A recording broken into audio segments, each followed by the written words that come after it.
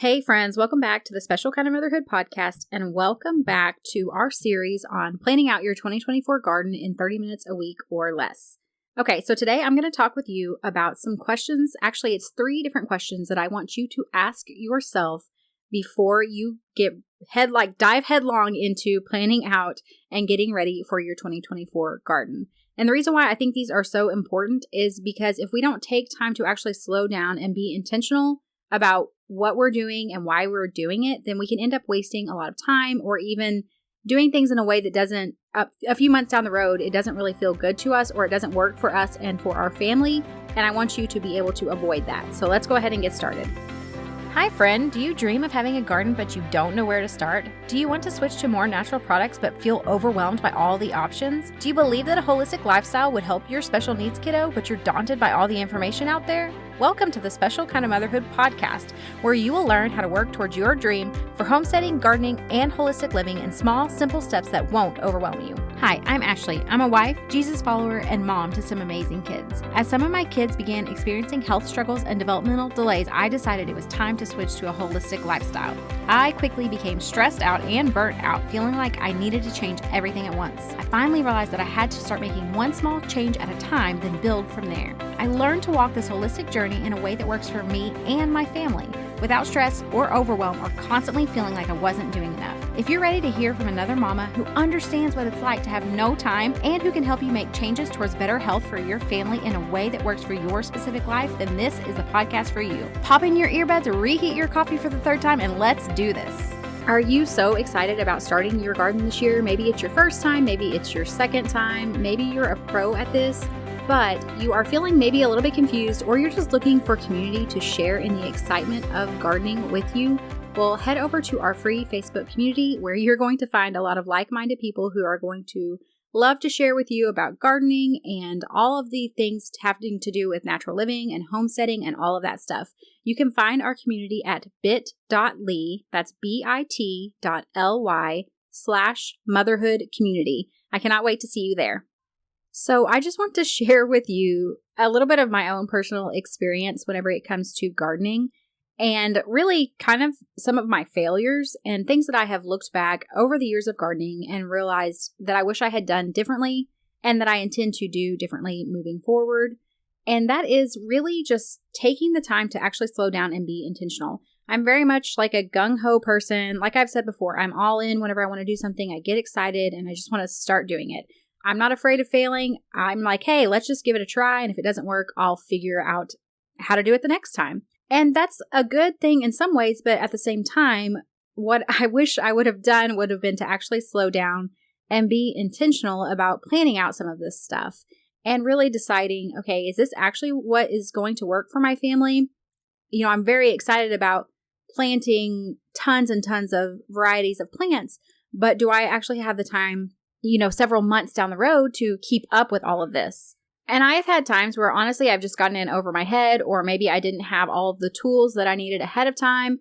And then there was a situation that came up and I just didn't know what to do with it. Now, absolutely, you're going to have those things happen to some degree. You're going to encounter some kind of pest in your garden that you don't know how to handle. And so that's where having a community where you can go ask questions, having resources like books, podcasts, all of that stuff, it's so important. That's not necessarily what I'm talking about. I'm talking more about an example I think of, even last year, I grew a bunch of different varieties of herbs. And then what ended up happening is I didn't actually have a great plan for how I was planning to preserve them and then use them. And so actually a lot of my herbs ended up being fed to my chickens. Now, I still used all of the herbs that I grew. I used some of them, but looking back, I honestly could have stewarded what I grew a lot better and made sure that everything I was using, that I was growing, I was actually using up. And there's nothing wrong with feeding some of it to my chickens and all of that. Totally okay. But at the end of the growing season, what I realized was that if I had actually just not been extremely excited and like, oh my goodness, I want to plant all the herbs, but I'd actually slowed down and made a plan, I would have been able to better utilize what I had already spent my time and effort into growing. And so I really want you guys to just be able to learn from my mistake. And some of you may be this way already. You may be very meticulous. You may already have all of your plans laid out, and that's wonderful. That's a strength of yours. And that's great. Like, continue to go with it. But this is just going to give you some questions to ask yourself to really be intentional as you move forward and to decide what's going to work best for you and your family, and also to help you to learn from my mistakes. So I'm going to go ahead and get started. And the first question that I want you to ask yourself is actually, what are your top 3 goals for planting this season? So this can look different for each family, but why do you actually want to have a garden? What are your goals from that garden? Is it to have fresh lettuce all summer long and into the fall? Is it to have some kind of, like, maybe you want to can food, and so you're wanting to can a bunch of food and put away in your pantry for storage for later? Maybe like me, you just really enjoy the outside activity. You're looking for physical exercise. You're looking for time outside for your kids. You're looking for a hobby for yourself. Maybe you're looking for helping your children to possibly be more open to trying different kinds of fruits and vegetables. There are just so many different reasons or goals that we could have for actually growing and starting a garden. And I think being really clear, narrowing it down to your few main goals and what those are for the year will help to keep things in perspective whenever maybe things aren't going the way you want, or you're starting to feel overwhelmed by all of this stuff. Then just go back to your 3 main things. What are my 3 main goals from this? If it's to get outside, have an outside activity for your kids, well, then get your kids out into the garden. If you're struggling with pests and things like that, it's okay. One of your main goals is being achieved by just getting out there and letting them help you work in the garden. If it's for physical exercise for yourself, the same thing. It's okay if the plants are struggling. You're going to figure it out. It's a learning process. But these goals are just to help you to remember that whenever you get overwhelmed or you feel like you're failing at something, these are the main focuses. These are what, before you got into the middle of the chaos of garden season, you set these goals and decided these are the most important things. And it just gives you kind of that guideline to go off of whenever things get crazy, to say, okay, everything feels out of control, but these are the main things I'm going to focus on. And if I'm achieving those things, then this garden season is a success. And even if I'm not achieving those things, but maybe I've got one of them going okay and the other one I'm working on, then we're heading in the right direction. And that's the main thing. Okay, so the second question that I want you to ask yourself is actually a little bit of an extension of the first, but it's more specific because gardening does require time. It is a time commitment. There are ways, obviously, that we can get around spending as much time, and I will be going over that in the weeks to come, but it is still a time commitment between the growing, harvesting, watering, also making sure that we're actually using what we grow. It does require time. So something that I want you to ask yourself is, what is the goal for your family as far as the garden season goes? So how do you actually want your family to experience the garden this year? So this could look like, is this going to be only your hobby and you're going to be the only one working in the garden? Is it going to be a family event? Is it something where maybe you're making this into a learning experience for your kids? What is the plan for the garden stuff? This is something I actually think is great to sit down and have a conversation with your spouse as well, so that you guys are on the same page prior to getting started. And this can look like, hey, do you want to participate in the garden with me? Are there any certain things that you find really interesting that you would really like to grow, or that you would like to be responsible for? Maybe you like to get out there and water every night. And so is that something you want to do? I personally love, and this is something that we have done, is like when my husband gets off work in the evening during garden season, I eventually at some time in the evening will go outside and water what I need to water out there in the quiet by myself. I've been home all day with the kids, working on schooling, doing like running kids to and from therapies, whatever it is we're doing that day. And it just gives me a little bit of time, quiet time, just a little bit of a reset time. And so that's a garden activity that I absolutely love to do. But my husband, he doesn't mind at all to help me, as far as like he will go get various garden supplies that we need to use in our garden. Or we have like one of those, the weeding tools, and he doesn't mind at all to use that. So he will go through for me, and a lot of times he will weed the rows for me, which is very helpful. Then the same with my kids. I'm actually using it as a learning experience for them, and also to encourage them to try new foods, because I do have children with food aversions just because of different sensory sensitivities. So that is a goal for us. So I think sitting down as a family, even if your children are not able to communicate verbally, then sitting down with your spouse and you two deciding and then saying with the kids, hey, this is how we want you to help us. My kids absolutely love to get a little watering pail and for me to fill it with water and let them go around and help me water the flowers or water different vegetables and things like that. Now, I don't do that with them during my quiet time in the evening, but when we're outside playing during the day, absolutely, I will let them go around and help in the garden. And that's just kind of part of their outside exploring adventure time. So I think just sitting down with your spouse, with yourself, and saying, what am I actually looking for out of this for my family? Because we don't want it to just be another thing that we have to add on the checklist that we have to do.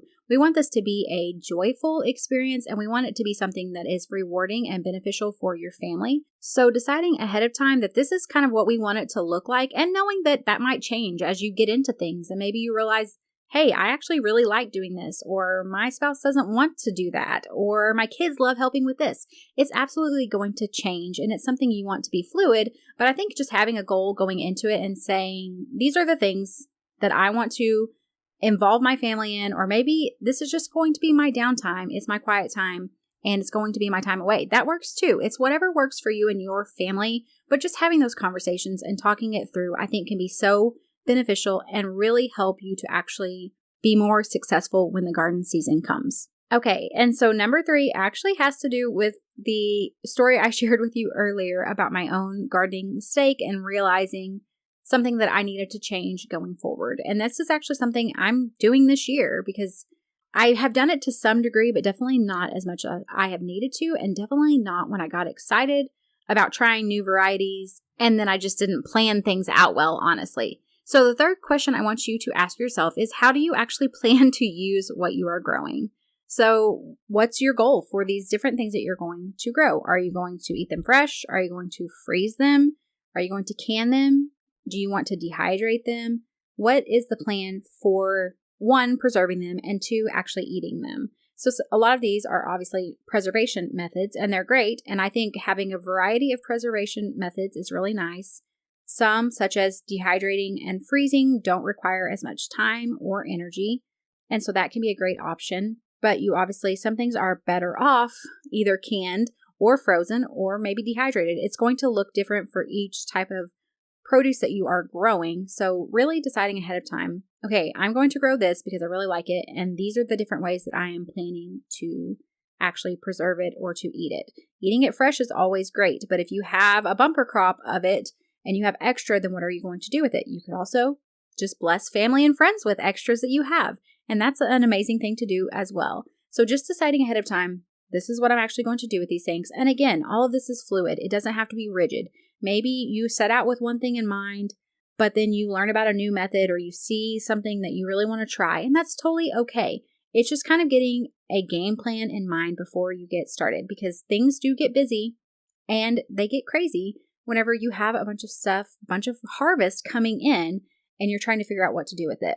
When you're in the middle of trying to collect all the harvest and work through like any kind of weeds, making sure everything stays well watered, that is not the time that you want to try to be suddenly looking up recipes for how to preserve green beans or blackberries or whatever. Having that done in these quiet months leading up to the garden season is really going to help you to streamline things and keep you from being overwhelmed when the time of abundance comes. I hope this has been helpful for you guys. I would actually love to hear from you. What are your answers to these questions?